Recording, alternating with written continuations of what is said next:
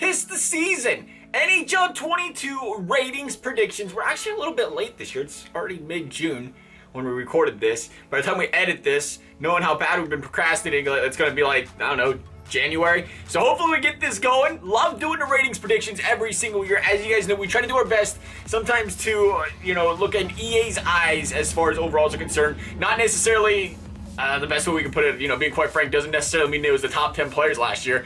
A lot of times you see guys have a down year or, not good year or a really good year, but EA does not upgrade them as quickly or they don't downgrade them as quickly. We try to factor that in when we do our top 10 ratings predictions. That being said, we're starting at number 10 with Taylor Hall. Hall's going to be an interesting one, to say the least, when it comes to how EA looks at him, because they've always really had this interesting viewpoint of Taylor Hall, labeling him as this sniper. Granted, he's never scored, well, actually one time. He's got it one time now. He's scored 30 goals once his entire career in a season.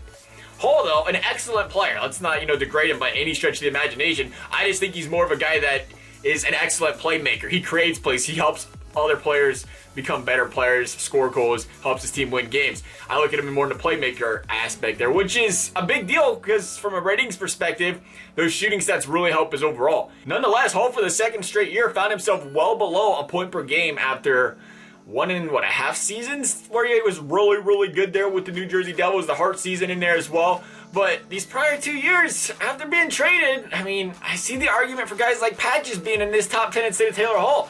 But I just don't know if EA is ready to completely downgrade this guy outside of the top 10, outside of an 87 plus. And he did play good in Boston to end the season. So we're going to say 87 for Taylor Hall. Number 9, we got David Perron. How about David Perron? Very well respected for his defense. Notched 19 goals, 39 assists in 56 games this past season. Perron really feels like an under-the-radar kind of guy, if you will, to me. He just quietly goes about business and plays winning hockey, period. 87 for David Perron. We're going to number 8. We're going to Gabriel Landeskog. I don't know. This is a guy you can go ahead and watch our previous year's predictions. It's the same story every year. Man's an 87 overall.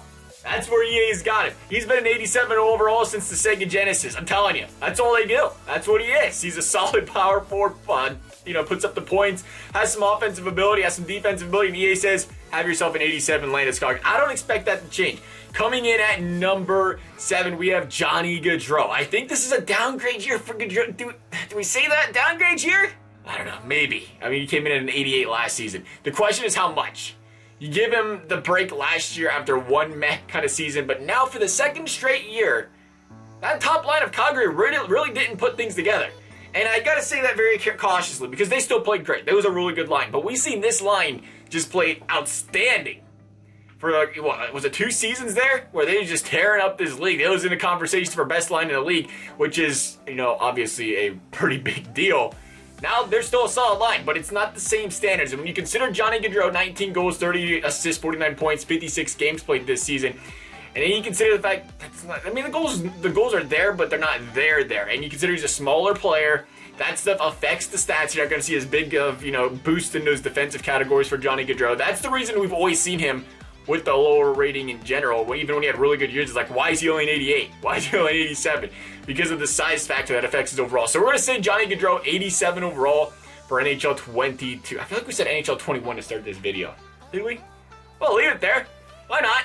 Number 6, Jake Guentzel. Will Jake Guentzel separate himself from the pack? An excellent player that plays with, well, an excellent center to say the very least. Guentzel, though, was on pace to score 33 goals this season if it was, again, a full 82-game season. And it was on pace to score 40 for the second straight season last year had they played, again, a full 82-game season. The man is a nose for the back of the net, and I think we see EA really give him that bump this year. We're going to say 88 for Jake Guentzel. We'll see if it happens. Number 5, Kyle O'Connor. Kyle O'Connor was on pace for yet another good season. That would have saw him top, 38 goals this past season? Giving him 4 straight years of 30-plus goals over there in Winnipeg. The only left wing with more goals in that time period, Alex Ovechkin.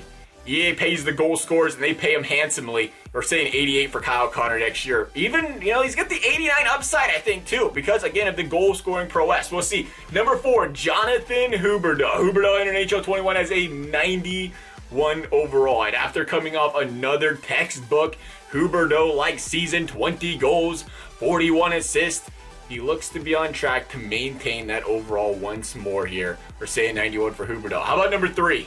This is where things are going to get very, very interesting because these are some very, very good players in the top 3. Artemi Panarin.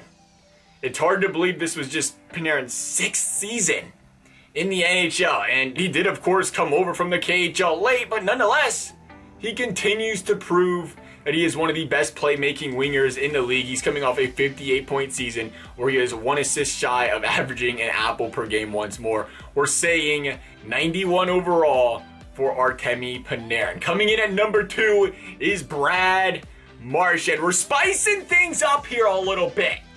29 goals, 40 assists, plus 26, because why not throw it in there? It's truly incredible to watch what Marchand continues to do. It feels like he's getting better with age.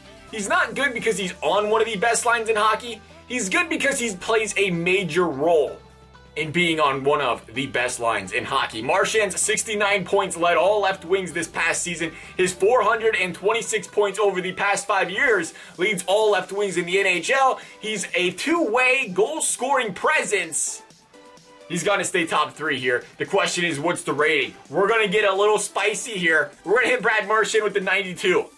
Coming in at number 1, you guessed it, Cam Atkinson. That might be a right wing. Alex Ovechkin. We'll try again. Age is eventually going to catch up to this man. I think. Maybe. I feel like we say this a lot.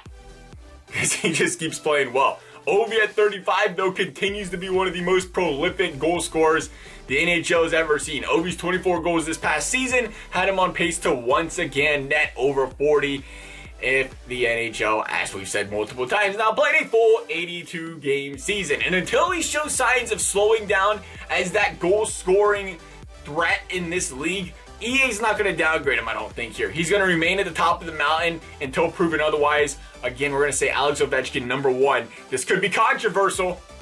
We're going to say 92. Marchand, Ovi, same overall. We'll see. What's your guys' thoughts? That's our top 10. Obviously, it's just our predictions, our thoughts, what EA can do with players. We can be wrong. We're probably going to be wrong. Maybe we get 9 out of 10. Maybe we get 5 out of 10. Just doing our best, building up for NHL 22. Love your guys' thoughts. As always, thank you guys for watching. We'll see you next time.